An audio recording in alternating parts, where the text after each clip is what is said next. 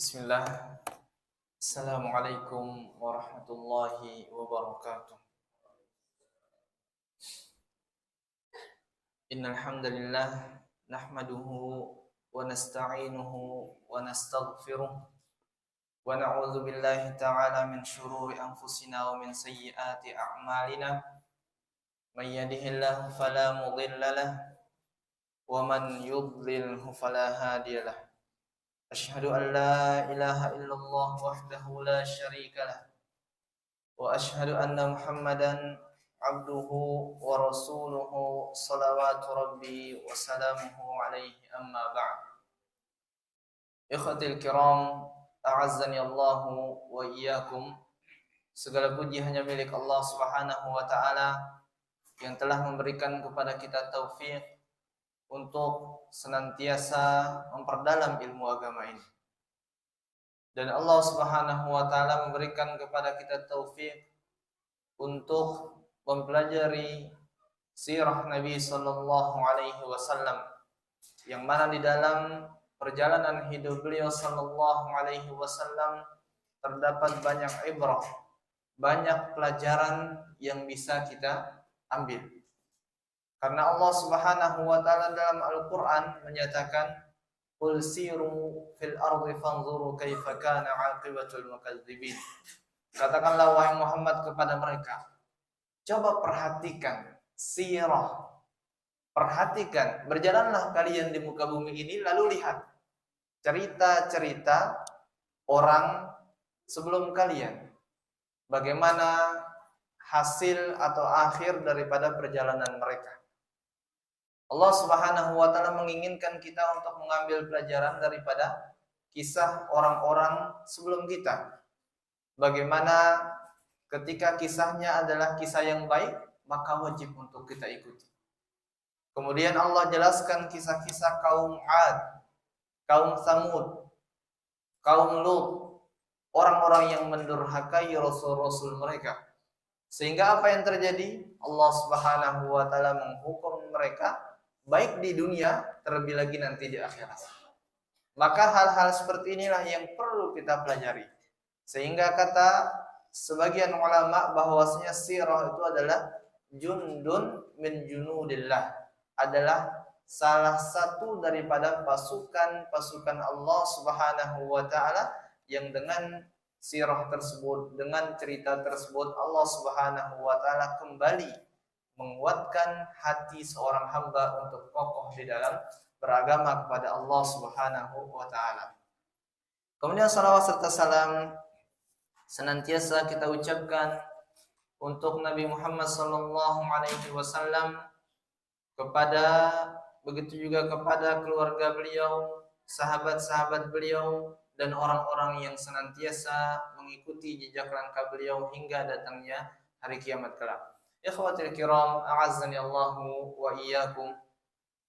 Pada pertemuan yang lalu kita telah membahas bagaimana dakwah Nabi sallallahu alaihi wasallam ketika diangkat menjadi rasul oleh Allah Subhanahu wa taala, maka beliau memulai dakwah 3 tahun secara sembunyi-sembunyi, secara rahasia, bukan secara terang-terangan.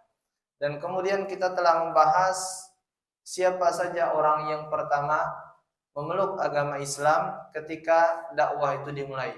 Dan di antaranya yang telah kita bahas dari golongan perempuan adalah istri Nabi sallallahu alaihi wasallam, perempuan terbaik di muka bumi, yaitu Khadijah bintu Khuwailid. Kemudian dari golongan laki-laki adalah Abu Bakar. Golongan laki-laki yang besar maksudnya adalah Abu Bakar As-Siddiq. Kemudian sampai kita pada pembahasan dari golongan anak-anak. Dari golongan anak-anak, siapakah yang pertama kali masuk Islam? Di sini dikatakan oleh muallif rahimahullahu taala, wa min awwali man amana bihi Ali bin Abi Thalib. Jadi dari golongan anak-anak adalah Ali bin Abi Thalib yang pertama kali memeluk agama Islam. Kenapa Ali bin Abi Thalib? Kalau sebelumnya kita mendengar cerita bagaimana kenapa Khadijah termasuk orang yang pertama kali memeluk agama Islam, karena beliau adalah teman hidupnya Rasul Shallallahu Alaihi Wasallam, orang yang paling tahu luar dan dalamnya Rasul Shallallahu Alaihi Wasallam. Semua apa yang ada pada diri Rasul, rahasianya, kegundahannya dan lain sebagainya, istri adalah orang pertama paling tahu. Begitu juga dengan ketika kita berbicara tentang Ali bin Abi Thalib. Kenapa beliau menjadi orang pertama kali masuk Islam dari golongan anak-anak? Beliau saat itu belum mencapai usia balik. Belum mencapai usia balik. Tetapi kenapa bisa bersegera di dalam memeluk agama Islam? Padahal kalau kita berbicara tentang anak-anak, mereka lebih dominan untuk bermain-main. Mereka lebih dominan tidak pernah serius dan tidak mau mempelajari sesuatu yang baru. Yang penting bisa main sama teman, selesai. Inilah dunia anak-anak. Tetapi berbeda dengan Ali bin Abi Thalib, beliau tidak seperti anak pada umumnya. Karena beliau adalah orang yang tinggal bersama Rasul Sallallahu Alaihi Wasallam. Kalau kita kembali kepada kisah sebelum Ali bin Abi Thalib memeluk agama Islam, bapaknya atau dulu zaman Quraisy pernah terjadi zaman pecah belah. Zaman mereka kelaparan saat itu. Hatta yang kaya merasakan lapar.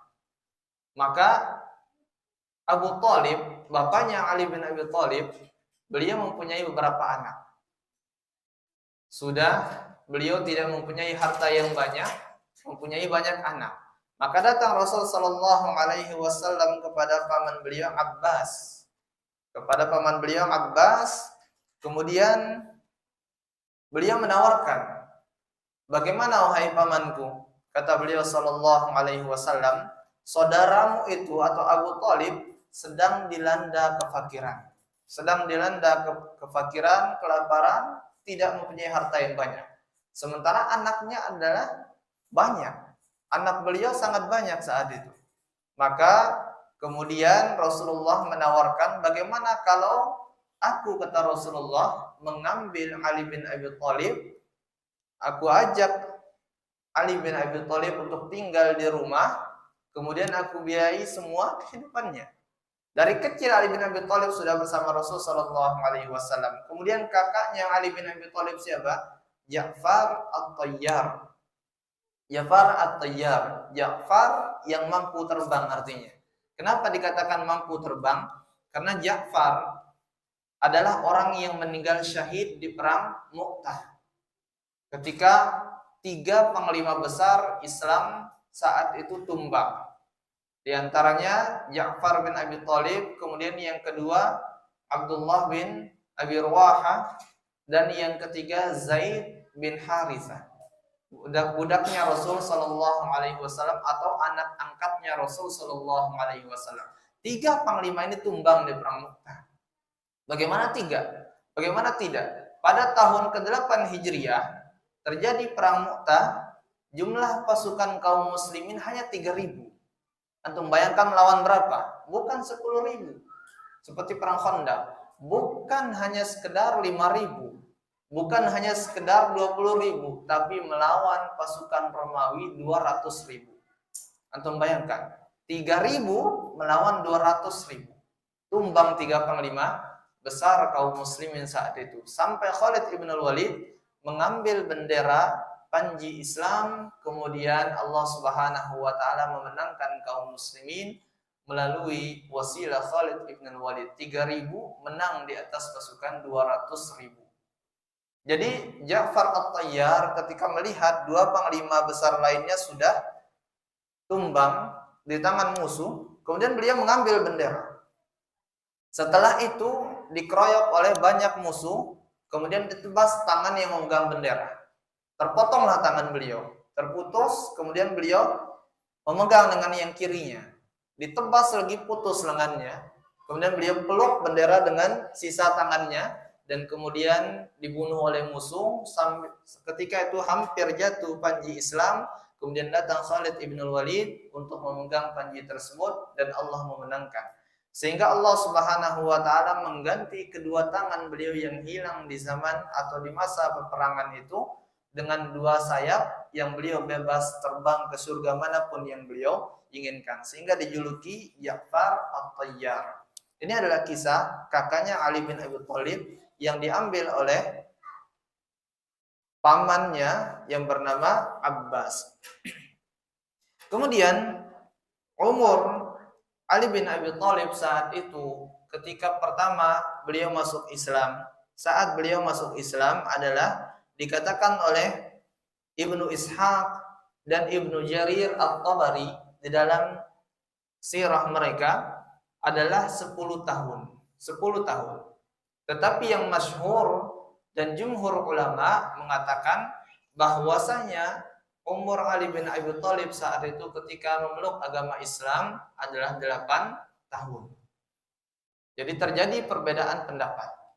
Terjadi perbedaan pendapat yang masyhur, yang banyak atau mayoritas ulama mengatakan pada usia beliau 8 tahun. Tetapi Ibnu Ishaq dan Ibnu Jarir, pemilik sirah yang paling terkenal, mengatakan saat usia beliau 10 tahun. Ala kulli hal ini terjadi perbedaan pendapat di kalangan para ulama. Kemudian apa keutamaan-keutamaan yang terdapat pada diri Ali bin Abi Thalib? Tentu kalau kita berbicara tentang keutamaan beliau, tidak kalah banyak keutamaan dari dua sahabat yang telah kita sebutkan sebelumnya. Istri Nabi Khadijah dan Abu Bakar. Tidak kalah banyak Ali bin Abi Thalib.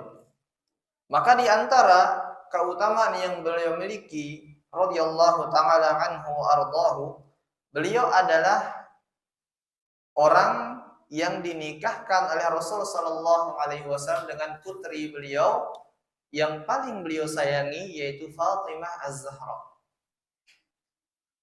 Beliau dinikahkan dengan Fatimah.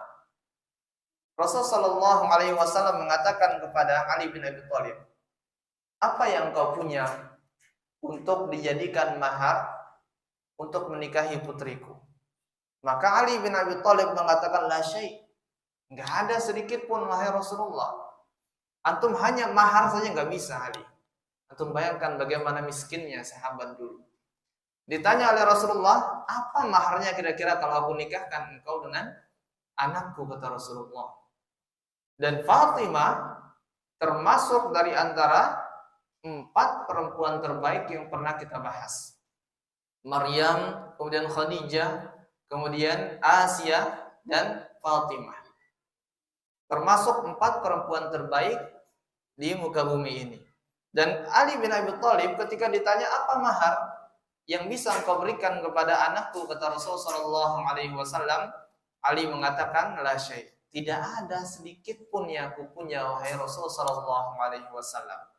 Maka Rasul mengingat-ingat, kira-kira apa sesuatu yang pernah diberikan kepada Ali bin Abi Thalib. Jadi cerita ini atau pernikahan ini terjadi kapan? Sesaat setelah perang Badar. Jadi kaum muslimin menang, mempunyai harta rampasan ghanimah. Mempunyai harta rampasan atau ghanimah, kemudian Rasul memberikan kepada Ali bin Abi Thalib baju besi atau baju perang. Maka Rasul mengingat hal tersebut, lantas mengatakan, "Kira-kira masih ada enggak baju besi yang aku berikan kepadamu, wahai Ali bin Abi Thalib?" Maka Ali mengatakan, "Masih ada kalau itu." Maka Rasul mengatakan, "Ya jadikan itu maharmu." Bayangkan, tidak punya harta, menikahi perempuan terbaik. Maharnya diberikan oleh orang tua atau mertuanya. Tidak punya apa-apa. Sehingga melihat kejadian itu, Utsman bin Affan, di antara sahabat yang terkenal dengan kekayaan beliau menyiapkan pesta pernikahan Ali bin Abi Thalib dengan harta yang beliau miliki, sehingga jadilah pesta tersebut pesta yang meriah. Namun faedah yang kita ambil di sini adalah bahwasanya di dalam pernikahan bukan yang dipandang itu adalah harta. Karena Nabi mengatakan Bagaimana ketika kita harus memilih seorang perempuan? Wanita itu dinikahi karena 4 hal. Di antaranya lijamaliha, karena kecantikannya. Limaliha, karena harta yang dimilikinya. Lihasabiha, karena martabat atau dia adalah orang yang memiliki kemuliaan di tengah masyarakat. Walidiniha, dan yang keempat adalah karena agama yang ada padanya. Nabi kemudian mengatakan fal bizatid din, beruntunglah bagi orang-orang yang memilih agama di antara yang 4 poin itu. Kalau nggak bisa 4, ya ambil 3. Nggak bisa 3, ambil 2. Nggak bisa 2, ambil 1. Maka opsinya seperti itu. Kemudian opsi terakhir, kalau harus memilih 1 di antara yang 4, bukan kita memilih hartanya, kecantikan, ataupun yang lain sebagainya. Akan tetapi yang harus menjadi poin atau prioritas kita yang paling tinggi adalah agama jika ingin bahagia. Begitupun Nabi Shallallahu Alaihi Wasallam katakan ketika berbicara tentang laki-laki soleh yang melamar anak gadis yang kita miliki. Nabi mengatakan kalau datang seorang laki-laki yang tardawna an dinihi, kalian itu ridha dengan agamanya, artinya baik. Kalian kenal dengan agama orang ini. Kalian kenal orang ini adalah orang yang baik agamanya. Ridha dengan akhlak yang dia miliki. Melamar anak perempuan yang kita miliki, maka tidak boleh ditolak. Tidak boleh ditolak. Kenapa? Karena ketika ditolak, fasadun arid. Yang terjadi itu adalah kerusakan demi kerusakan. Perhatikan, di sini dikatakan agamanya bagus, akhlaknya bagus. Nabi enggak mengatakan datang laki-laki gagah misalkan. Kalau gagah itu banyak di luar sana. Gagah itu banyak. Begitu juga dengan yang banyak hartanya, banyak orang yang banyak hartanya. Tapi Nabi tidak pernah ketika datang laki-laki yang banyak hartanya kemudian kalian tolak, maka terjadi kerusakan di muka bumi. Enggak. Yang Nabi katakan adalah baik agama dan akhlaknya, dan kalian ridha dengan orang tersebut. Ridha dengan agama dan akhlak yang mereka miliki atau laki-laki itu miliki, maka harus dinikahkan. Karena jika tidak, maka akan terjadi kerusakan yang besar di muka bumi ini. Kemudian Ali bin Abi Thalib, ikhwati fillah, a'azzani Allah wa iyyakum, beliau menikah saat itu dengan Fatimah di usia beliau 21 tahun. Dan anak Nabi sallallahu alaihi wasallam saat itu usianya hanya 15 tahun. Jadi mungkin ini terdengar di zaman sekarang aneh. Tapi di zaman sahabat, hatta belum balik, itu banyak yang telah menikah. Di antaranya Aisyah kita kenal menikah di usia berapa? 6 tahun. Bukan 9 tahun. Dinikahi oleh Rasul sallallahu alaihi wasallam di usia beliau 6 tahun.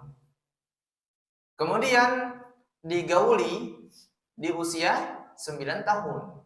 Yang 9 tahun itu digauli atau berhubungan badan ya. Maaf, berhubungan badan di usia 9 tahun. Maka banyak. Di antaranya juga Amr bin As. Beliau dikatakan bahwasanya anak beliau Amr bin As, anak pertamanya dengan beliau Amr bin As hanya selisih 11 tahun. Artinya beliau menikah di usia 11 tahun atau 12 tahun beliau sudah menikah dan mempunyai anak. Sehingga anaknya ibaratnya kakak beradik ya. Ibaratnya kakak beradik dengan anaknya. Dan ini wajar di zaman sahabat. Akan tetapi kalau di zaman sekarang, wal'iyadzubillah, banyak sekali fitnah-fitnah yang seperti itu. Banyak sekali. Bahkan kalau di kampung halaman anak, kalau belum S1, itu kayak apa ya kalau kita menikah? Betul-betul kayaknya dihujat. Katanya sebagian kalau belum S1 akan dikatakan seperti orang yang melakukan perzinahan dan kemudian hamil duluan wal'iyadzubillah. Ini adalah tuduhan-tuduhan mereka. Sehingga kalau kita lihat di kampung anak itu, orang menikah itu tua-tua. Orang menikah itu tua-tua.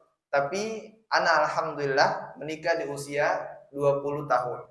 Istri 19 tahun. Anak nggak peduli dengan perkataan-perkataan tersebut. Yang penting kita menjalankan syariat ketika kita sudah berhasrat demi untuk menghalangi diri kita dengan perzinahan, maka segera kita menikah. Tidak ada masalah. Maka jangan sampai kita termakan dengan omongan-omongan orang lain. Kemudian, ikhwati fillah, a'azzani Allahu wa iyyakum.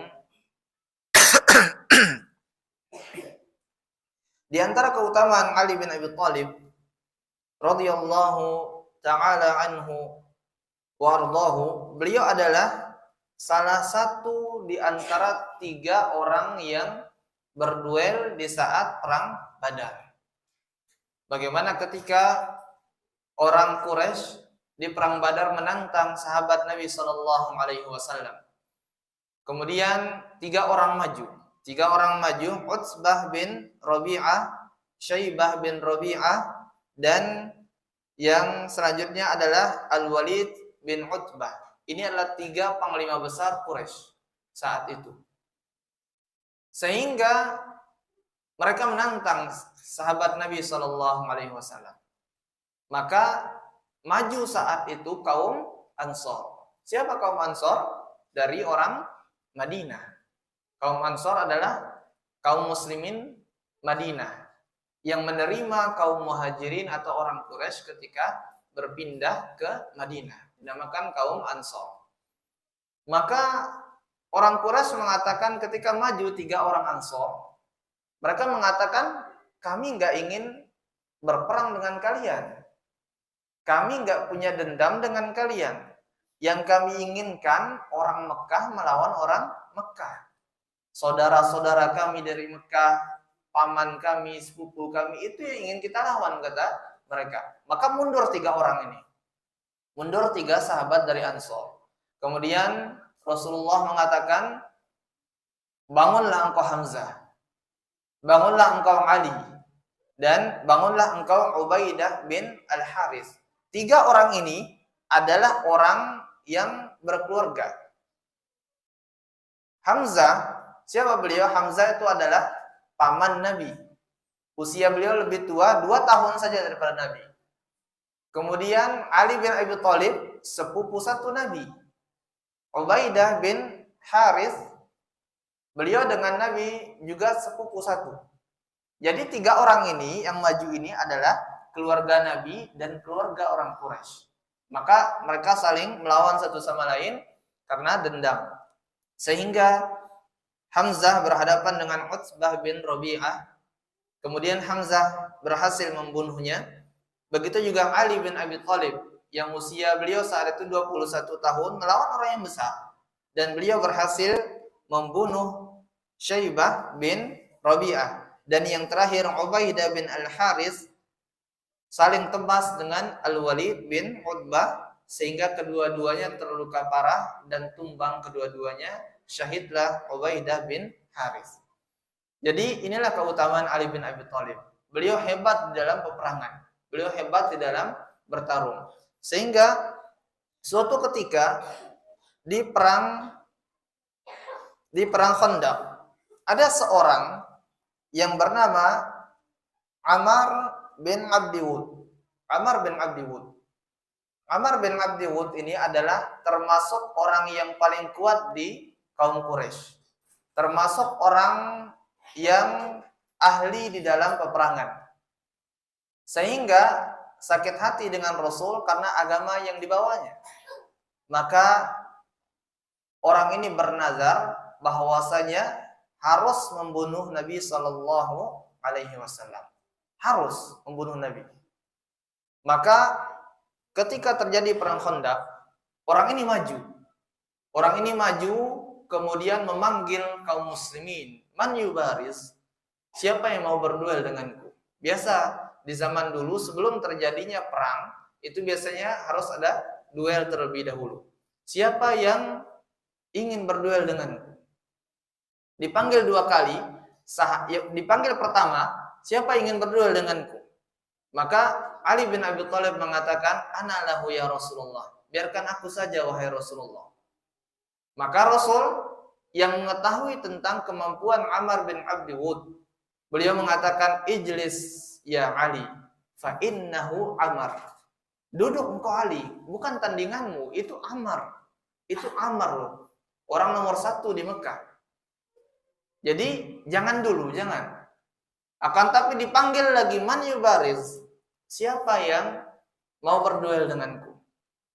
Sahabat yang lain enggak ada yang mengatakan aku ya Rasulullah. Enggak ada yang berani. Sehingga Ali bin Abi Thalib mengatakan, ana lahu ya Rasulullah. Yang kedua kalinya beliau mengatakan, biarkan saya saja wahai Rasulullah. Kemudian diizinkan oleh Rasulullah sallallahu alaihi wasallam, maka bertemulah Ali bin Abi Thalib dengan Amr bin Abdi Wud sebelum berduel. Amr ini enggak tahu siapa Ali. Enggak tahu, siapa engkau? Aku adalah Ali, anaknya Abu Thalib. Maka orang ini mengatakan, enggak usah kamu, saya enggak tega membunuhmu. Silakan kembali, biarkan datang pamanmu, datang saudara-saudaramu yang lebih besar daripadamu, yang lebih profesional dalam peperangan. Ini bahasanya Amr bin Abdi Wud. Maka Ali bin Abi Thalib, engkau benci atau tidak ingin membunuhku, tapi aku demi Allah paling suka membunuhmu. Sehingga termakan emosi Amr bin Abdi Wud. Kemudian Ali mengatakan, aku mendengar bahwasanya engkau adalah orang yang tidak pernah menolak 3 permintaan orang lain. Jadi di antara 3 permintaan ini pasti dikabulkan oleh Amr bin Abdi Wud. Ini beliau terkenal dengan, orang ini terkenal dengan hal tersebut. Maka Ali bin Abi Thalib meminta kepada Amr bin Abdi Wud 3 permintaan. Dikatakan, wahai Amr, aku ingin meminta agar engkau beriman kepada Allah dan Rasulnya. Karena aku mengetahui bahwasanya engkau adalah orang yang tidak pernah menolak 1 daripada 3 permintaan orang lain. Maka dia mengatakan, iya saya tidak pernah menolak, tapi untuk ini saya nggak akan menerimanya. Mana yang kedua? Yang kedua dikatakan oleh Ali bin Abi Thalib, engkau kembali saja ke kampung halamanmu, ke Mekah, tidak usah berperang. Kalau benar ini Nabi, maka engkau akan menjadi orang yang paling berbahagia. Karena engkau akan beriman ujung-ujungnya. Tapi kalau dia bukan Nabi, dia termasuk pembohong, Nabi Muhammad termasuk pembohong, kata Ali, maka engkau akan berperang dengannya pada waktu yang akan datang. Maka Amr bin Abdi Wud mengatakan, demi Allah, saya tidak akan kembali. Karena saya telah bernazar, kalau saya melihat Rasulullah, pasti saya akan bunuh. Dan seorang laki-laki adalah orang yang dikenal dengan ucapannya. Kata beliau, kata Amr bin Abdi Wud. Sehingga apa yang terjadi? Beliau mengatakan, kalau aku kembali sekarang, kembali ke Mekah, para wanita akan tertawa dengan nazarku yang tidak berhasil aku lakukan. Yang ketiga apa katanya? Kemudian yang ketiga dikatakan oleh Ali, kalau yang ketiga ini saya tantang kamu duel, kata Ali. Ali mengatakan, saya tantang kamu duel yang ketiga. Karena diremehkan dari awal, maka Amr bin Abdi Wud ini tertawa terbahak-bahak. Kemudian setelah itu beliau, Ali bin Abi Thalib, maju karena tidak ada lagi permintaannya, hanya 3 diperbolehkan, dan permintaan terakhir ditantang duel, maka diterima. Sehingga ditebas kepala Ali bin Abi Thalib oleh Amr bin Abdi Wud. Saking kuatnya helm perang itu ya, topi perang yang terbuat dari besi itu pecah, terbelah 2 dan tembus pedang di kepala Ali.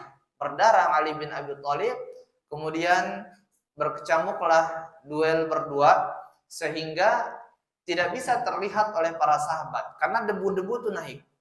Debu-debu itu naik. Kemudian terdengarlah suara takbir dari dalam terbangan debu-debu yang terbangan itu, maka Rasul dan para sahabat mengetahui bahwasanya Ali berhasil membunuh Amr bin Abdi Wud. Sehingga bertakbirlah kaum muslimin, kemudian terjadi perang Khandaq, 3.000 kaum muslimin melawan 10.000 kaum kufar, dan kaum muslimin yang menang saat itu. Ini terjadi di tahun ke-5 Hijriah. Kemudian begitu juga terdapat cerita dalam hadis yang diriwayatkan oleh Imam Al-Baihaqi bahwasanya Sahabat berkata, menceritakan dalam hadis ini, sahabat menceritakan keluar saat itu, ini terjadi di perang Khaybar ya. Terjadi di perang Khaybar, suatu cerita di perang Khaybar. Khaybar ini adalah benteng terkokoh kaum Yahudi. Dan peperangan ini terjadi di tahun ke-7 Hijriah. Terjadi di tahun ke-7 Hijriah. Ketika Bani Qainuqa telah berhasil ditumbangkan dalam peperangan, Bani Quraidah dan Yahudi-Yahudi yang lainnya. Kemudian Yahudi terakhir ini adalah orang Khaybar, orang yang memiliki benteng terkuat di antara Yahudi-Yahudi yang lainnya. Kemudian Rasul Shallallahu Alaihi Wasallam mengatakan dalam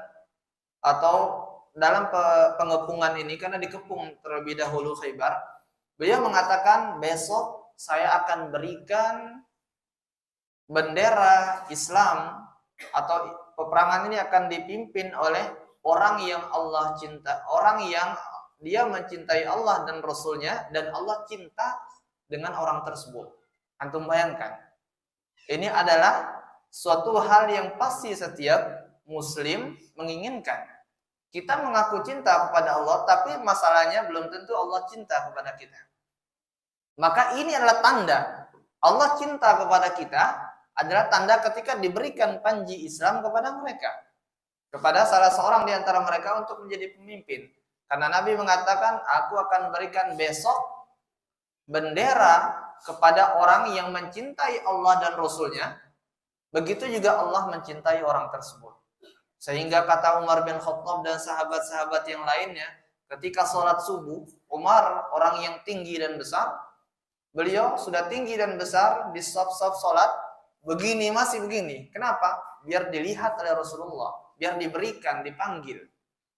Maka Umar di depan Rasulullah masih begini saja, ya. Maksudnya biar dipanggil, ini wahai Umar, biar menjadi orang yang dicintai oleh Allah dan Rasulnya. Tetapi Rasul mengarahkan pandangannya ke sebelah kiri, Umar ikut begini sedikit, ke kanan Umar begini, ya. Ternyata tidak diberikan. Dan saat itu Ali bin Abi Thalib sedang sakit. Kenapa menoleh ke kiri dan kanan? Karena Rasul tidak melihat Ali bin Abi Thalib. Sehingga Rasul mengatakan, mana Ali? Kemudian sahabat mengatakan, Ali bin Abi Thalib sedang sakit mata dan tidak bisa melihat. Sehingga diperintahkan Salamah bin Al-Aqwa. Salamah bin Al-Aqwa ini adalah sahabat Nabi yang kecepatan larinya mengalahkan kuda. Jadi sahabat Nabi yang larinya mengalahkan kuda, Salamah bin Al-Aqwa. Maka datanglah Salamah bin Al-Aqwa kepada Ali bin Abi Thalib, dituntun kepada Rasulullah, kemudian diludahi matanya, ya, diludahi matanya dengan ludah Rasulullah, kemudian sembuh seketika. Tapi ingat, ini ludah Rasulullah, ya. Ini ludah Rasulullah. Karena ada terjadi salah satu cerita yang anak dengar, dan ini kisah nyata. Penyakit campak dulu bisa kan membutakan, itu penyakit yang menular dan bisa membuat orang buta. Nah, orang ini anaknya kena campak. Pergilah dia ke Sandro, diludahin matanya, buta langsung. Ya, jangan coba-coba, jangan coba-coba. Karena saat itu mereka bertabarruk dengan apa yang ada pada Rasul Shallallahu Alaihi Wasallam. Maka sembuh seketika mata Ali bin Abi Thalib. Sehingga Ali bin Abi Thalib mengatakan, apa yang aku lakukan wahai Rasulullah? Karena Rasul mengatakan sebelumnya, di tangan pemuda inilah Khaybar itu akan ditaklukkan. Maka Ali bin Abi Thalib mengatakan, wahai Rasulullah, apa yang aku lakukan ketika aku sudah menaklukkan Khaybar? Apakah aku membunuh mereka semua atau aku ajak kepada agama Islam? Apa kata Rasul Shallallahu Alaihi Wasallam? Diberikan oleh Allah hidayah kepada satu orang di antara mereka melalui wasilahmu, itu lebih baik daripada unta merah. Unta merah di zamannya orang Quraisy itu seperti Ferrari, ibaratnya Fortuner gitu kan. Ya, jadi lebih baik kita memberikan hidayah daripada mendapatkan harta. Inilah alasan para duat, para dai, mereka senang berdakwah. Karena itu adalah jariah yang sangat-sangat besar dibandingkan harta yang kita ingin kumpulkan. Dakwah adalah suatu yang lebih mulia daripada hal yang berbau duniawi. Maka Ali bin Abi Thalib kemudian menyerang Khaybar. Setelah menyerang Khaybar, dihadang oleh salah satu panglima terkuatnya Khaybar yang bernama Marhab. Marhab ini mengatakan, "Qad alimat Khaybaru anni marhabu, syakis silahu batalun mujarrabu, idzal hurubu aqbalat talahabu." Dengan sombongnya Marhab ini karena tidak pernah kalah di dalam peperangan. Dia mengatakan, Khaybar ini tahu siapa aku, Marhab ini. Dia tahu bagaimana pedangku adalah pedangnya pahlawan Khaybar. Dimanapun terjadi peperangan, aku ada padanya, pasti menyala-nyala perangan tersebut. Pasti aku yang akan menangkan. Maka datang Ali bin Abi Thalib, karena Marhab ini laki-laki yang besar dan tinggi dan sangat-sangat kuat. Sahabat yang melihat saat itu kurang pede untuk melawan, untuk berduel. Sahabat yang lain tidak ada yang berani. Kemudian datang Ali bin Abi Thalib. Beliau bersyair dengan mengatakan, "Analladzi sammatsni ummi haidarah, kalaisi ghabatin karihil manzar." Beliau mengatakan, saya adalah orang. Kamu boleh menjadi Marhab sang pahlawan itu. Benar, tidak apa-apa. Tapi ingat, saya adalah orang yang dari lahirnya dinamakan oleh ibu saya itu singa. Seperti kebanyakan singa di hutan, kita lihat saja orang sudah menakutkan. Dibalas syairnya Marhab oleh Ali bin Abi Thalib. Kemudian Marhab ini menyeret pedangnya di pasir sehingga menyalakan api, percikan-percikan api, saking kuatnya. Kemudian Ali bin Abi Thalib melawan Marhab dan berhasil ditumbangkan oleh Ali bin Abi Thalib.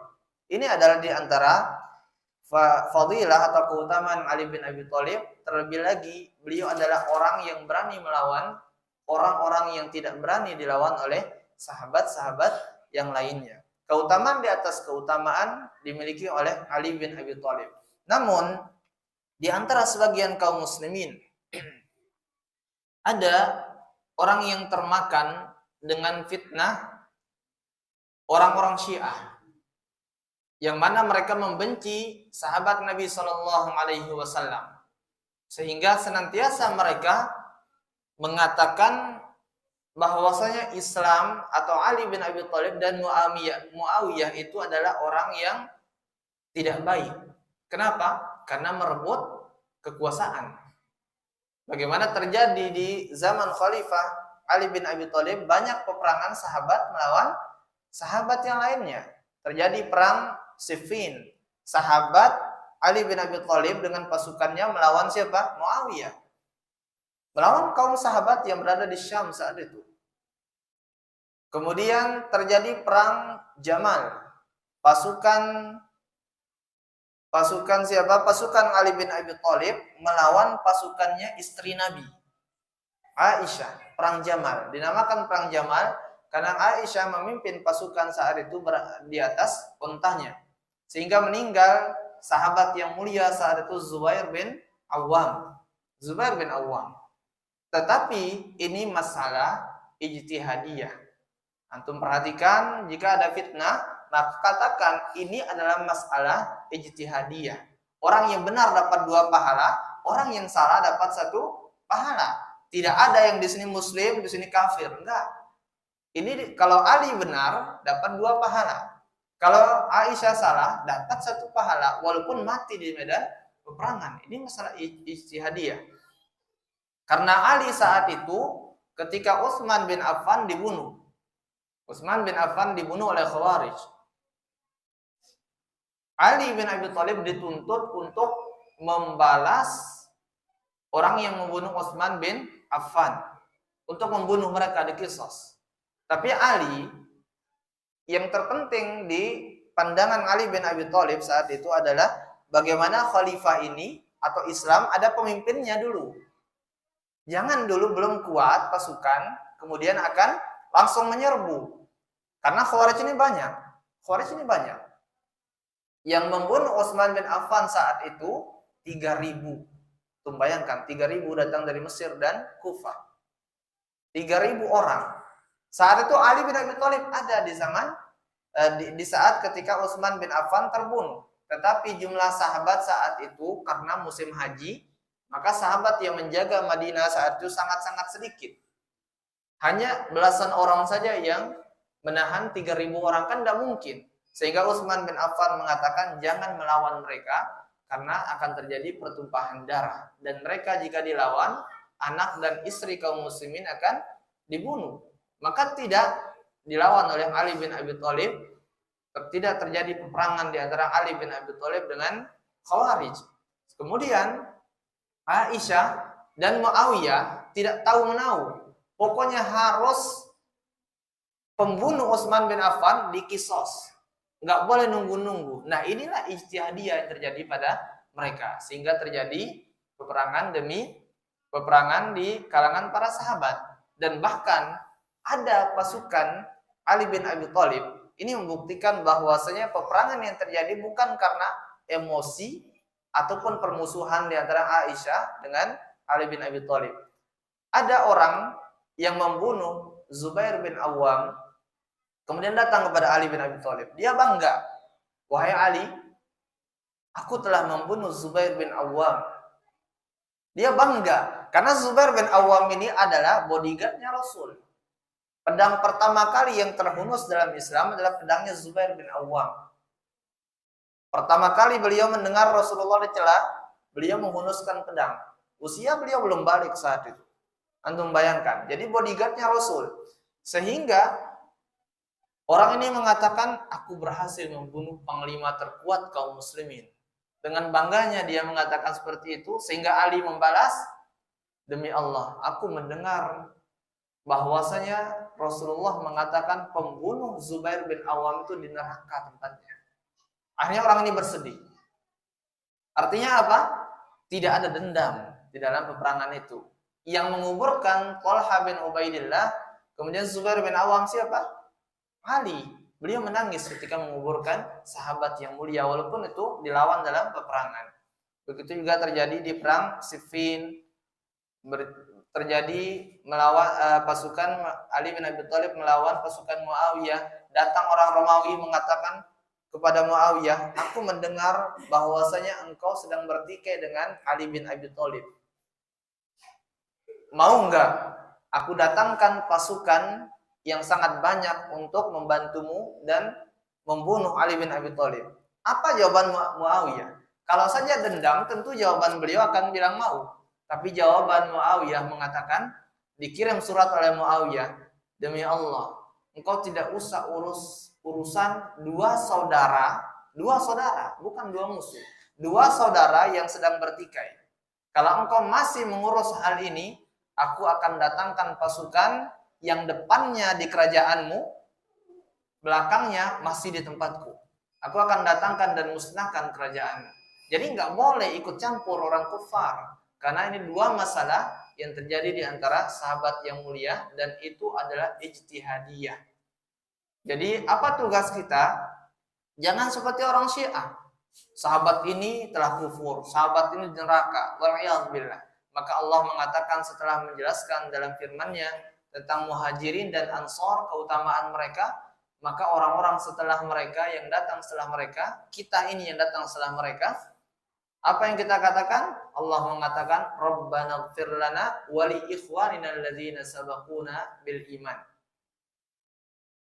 Allah mengatakan, katakan, kita yang datang belakangan ini mengatakan, ya Allah, ampunilah kami dan ampuni saudara kami dari muhajirin dan ansor yang bertikai itu, dan jangan kau jadikan kebencian di dalam dada kita terhadap mereka. Ini adalah permasalahan ijtihadiyah, dan jangan sampai termakan oleh fitnah Syiah, wal'iyadzubillah. Nah, mungkin ini dapat saya sampaikan. Kita azan dulu, setelahnya kita akan buka tanya jawab.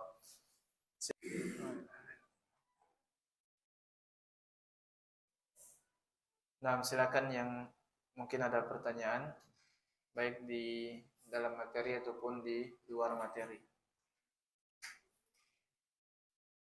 Nah, silakan.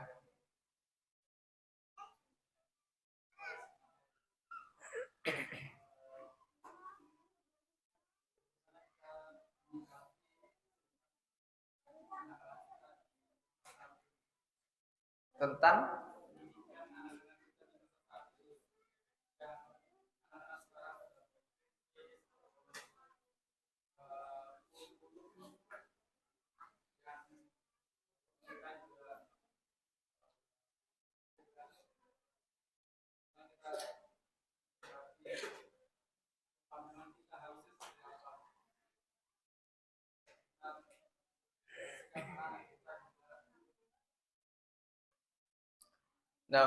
terkait dengan masalah pendidikan ya. Masya Allah jauh sekali melenceng daripada tema kita ini. Tapi memang anak yang ya tahaddas bin nikmah sudah berada di dalam dunia pendidikan, melihat memang pendidikan di zaman sekarang itu pendidikannya benar-benar jauh daripada pendidikan ketika kita masih saat sekolah kita dulu. Jauh sekali. Terlebih dahulu dalam masalah misalkan pemukulan. Pemukulannya itu kan suatu yang artinya pemukulan yang mendidik, bukan pemukulan yang dendam, bukan. Pemukulan yang mendidik. Anak ingat sekali dulu bagaimana anak dipukul sampai nggak bisa jalan oleh guru itu. Benar.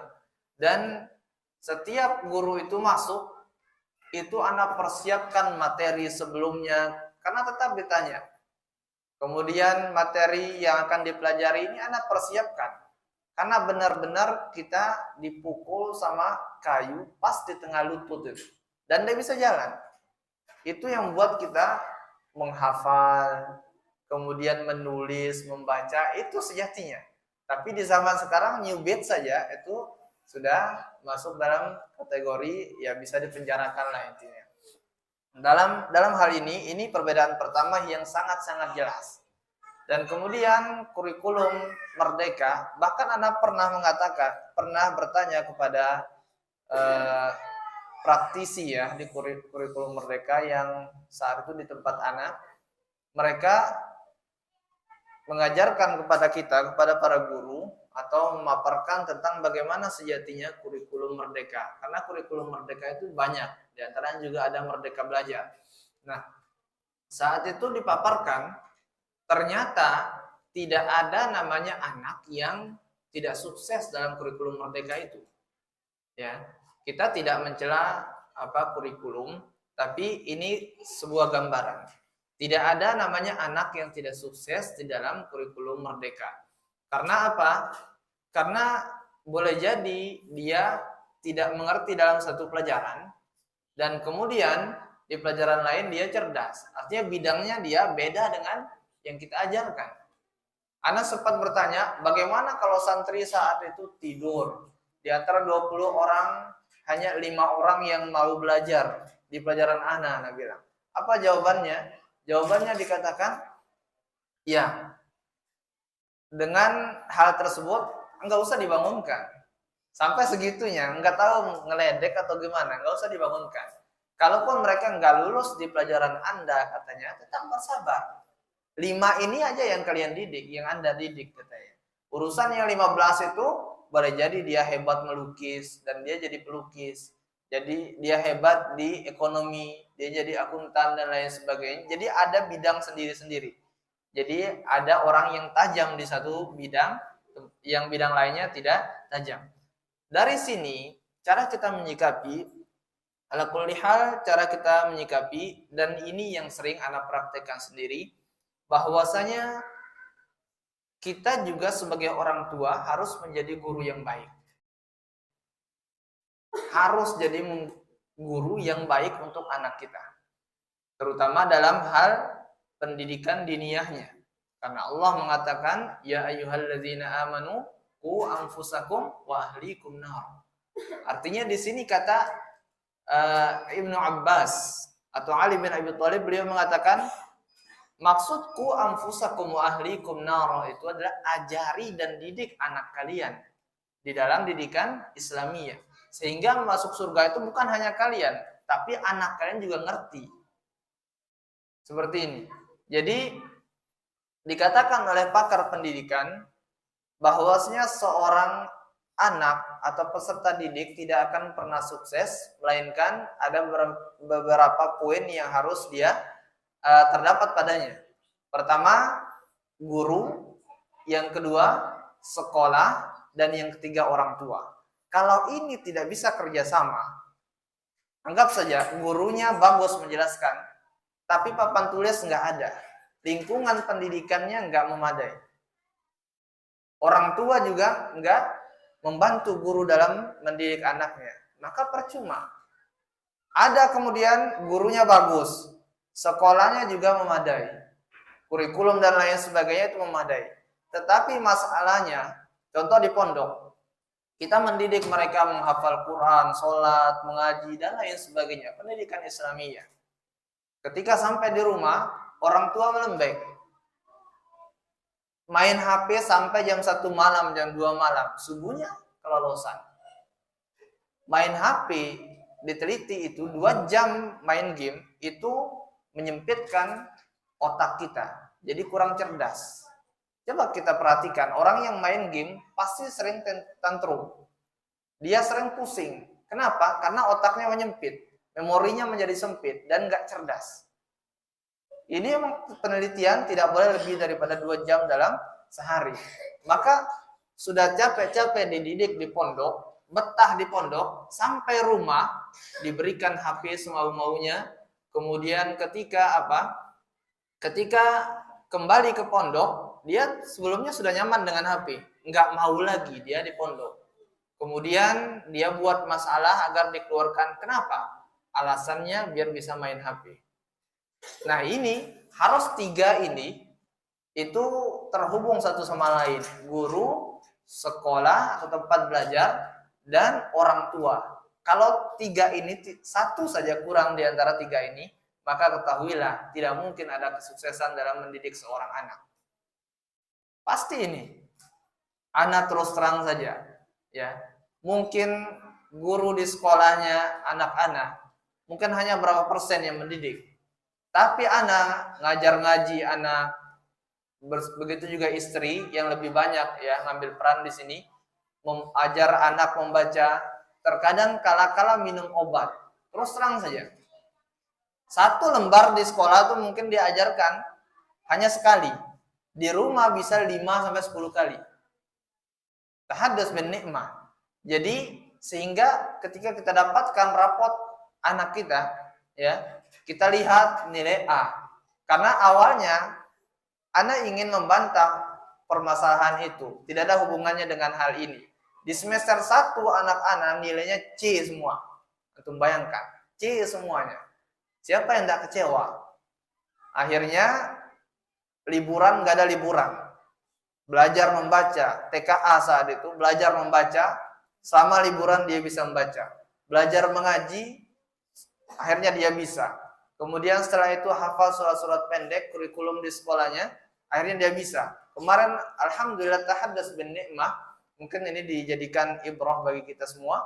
Anda lihat di antara banyaknya pelajaran itu rata-rata A semuanya.